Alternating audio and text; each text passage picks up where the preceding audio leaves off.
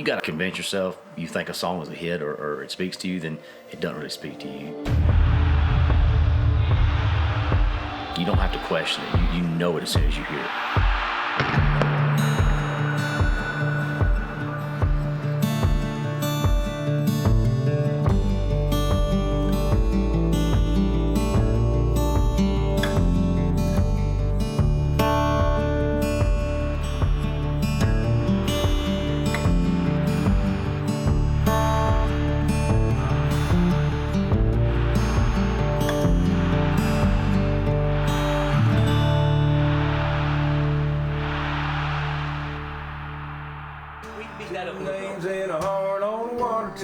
But we can massage that a little more. There could be cooler there. But I kind of like slapping red paint, that attitude of it. Slapping red paint hearts on the water tank. Two names slapped up on a water tank. Yeah, but I want love story on the water. Painted up. A little red paint love story on a water tank. Red paint love story on water. If you could phrase that something. This is the process, Cody. Just trying to get good. This could go for a long time. Red paint hard. Well, what do you do it? How do you do it? I think different writers bring different strengths to the room, and certain writers again do things better than others, and for me as an artist, I really know a lot of times it's like if it speaks to me, it's like I'd say that. A little bit out there. It's a little bit out there. Way out Well, there. you got there and there and there. I'm catching the where and the there. I know. Just the where and there, right? I know what I would say, and it's my job to kind of lead in that way. On the porch, count the stars every night. Yeah. I think it's that easy. I think it's just simple. I Don't do overthink too. it. I do too. And true love on a water tank. I definitely have complete influence on when it comes down to it, at the end of the day, on all the songs on my record. But for me, it's about bringing that team together that understands what the project is and what you want to say and contribute to that process.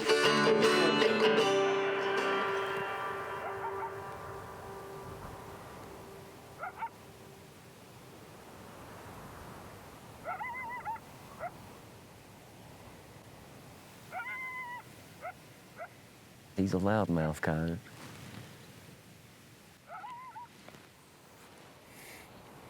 I definitely get inspiration, from other places, especially, being, outdoors and just doing other things that's not related to the music business.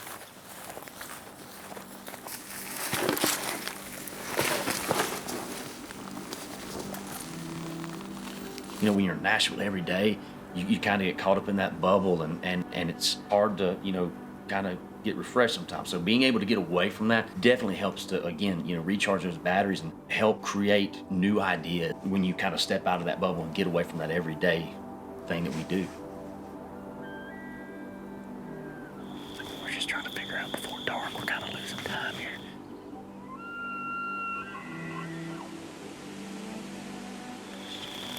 There's absolutely no way we're not getting busted. We might as well just back out. Make another play tomorrow.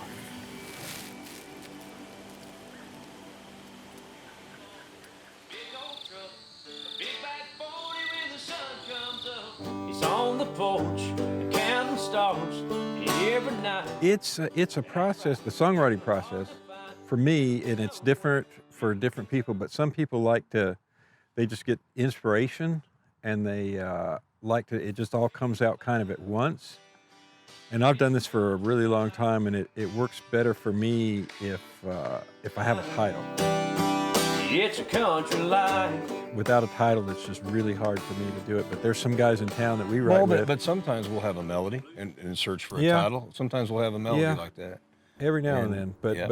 but without a title and something to write about, it's There's no song. It's usually, and no rules also. It's a big old barn, a big old truck, a big back 40 when the sun comes up. I think it changes as music changes too. We're always looking for a different way to say something. As the music changes and develops, so does lyric writing, wouldn't you say? Little piece of heaven when you get there. It's like You can say it wrong on purpose because it kind of dances a little bit. it's country life. It is great. That's the hardest thing for me with writing is I think trying to second guess the way we're saying it, that everybody's going to relate to that. You know what I mean? The way we're saying it. Don't you ever find that? Yeah. That way? It's a home break that It's a chicken. 1, 2, 3. It's a Sunday afternoon, so glad to have you on the radio. I'm from New Mexico, and my dad was a DJ. You know, I'm in like the 4th grade probably, and he says, we're moving to Nashville. You know, Willie Nelson wrote me a letter, and he wants me to come write for his company. And then he ended up being a session guy, and he played on Jolene, all the Dolly Parton, I'll Always Love You. Don Williams. Waylon Everything, Jennings, yeah. right? Like the Kenny Rogers, Lucille. Electric on Don Williams stuff, like I Believe in You. So, like boom, boom, boom, yeah, boom, that's him. boom. That's him playing? Yeah, that's awesome. Yeah, he's a legend in Nashville, Dave Kirby. And then he was a songwriter. 5 or 6 number ones. You know, his biggest is probably Anybody Going to San Antonio. And I learned a lot from just hanging out, watching. Is it not true you would wake up getting ready for high school or school and Merle Haggard would be sitting in your kitchen having coffee with your dad? Right or wrong? Actually, probably somebody passed out on the floor from the night before, but we'll call it coffee if you want. So how old were you when you started playing for Ray Price? Gosh, I don't know. That was back in the What were you, 12? in the 50s. Yeah, I was 45. I think I'm 106 now. I was born in Modesto, California. I come from a rodeo family. My dad rodeoed. Growing up in that and loving music, I moved to LA and I got a little publishing deal. Didn't pay anything, and it was hard to make a living in LA. Applied for the fire department. They got hired, but they had a hiring freeze. And then I get a call about 2 weeks later from a recruiter from Los Angeles Police Department, the LAPD. So I tried it out. I'm like, what the heck? I'll go try it. 9.5 years working a graveyard shift. And in that time of while doing all that, I was still singing. I was in a band with a bunch of guys, and we were singing like in San Dimas, Bakersfield. A guy from Nashville walked up to me, said, you need to be in Nashville. Been in Nashville ever since. Shoot, I've written Beautiful Mess, Diamond Rio, Live a Little, Love a Lot, Kenny Chesney, Chillin' It, Cole Swindell, International Harvester, Craig Morgan. So I've been very fortunate, very blessed.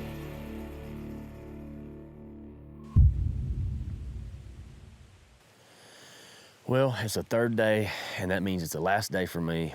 I think these elk are going to be back down at alfalfa fields. I know we're going to see where they're kind of coming back up at. We'll see if we can't get into them this morning and see what kind of action we can get. Well, for what I do, it seems like every year, it always kind of gets cut short a little bit just because of the nature of my schedule. Most of the time, when everybody's off on the weekends, I'm having to work because I'm the entertainment. But I love what I do, and honestly, it's like I wouldn't have it any other way. I love to work.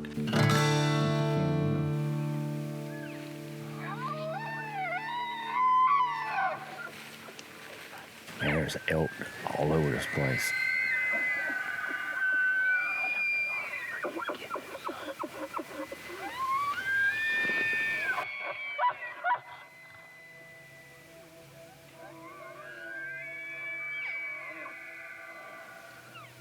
These bulls are going crazy in here.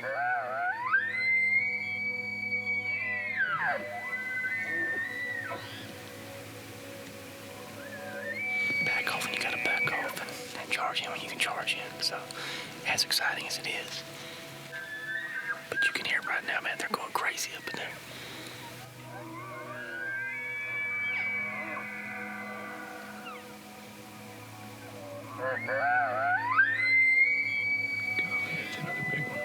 As hard as it is, we gotta get out. Let's bail off right through. Following your lead. Abort mission.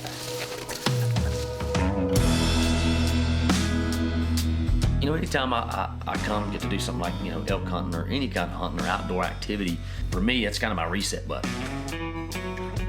When I wrote a Blake Shelton single, the Doing What She Likes, I was at deer camp. That's right. We get out here and it kind of clears out your mind. I got Wade producing my records, and You know, we write a lot together. And of course, Shane, we write a lot together. You know, those guys, they really know who I am and kind of what I like to say.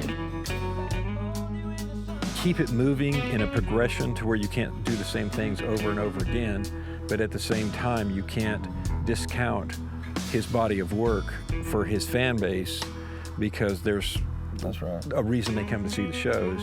It's on the porch. The cool thing about working with those guys, I work so closely that it's like, no, that ain't it. Let's do this and help kind of put that certain song together. You can learn how to be a really good writer just from knowing how to do it a little bit. And I think you can get better and better, and you can almost...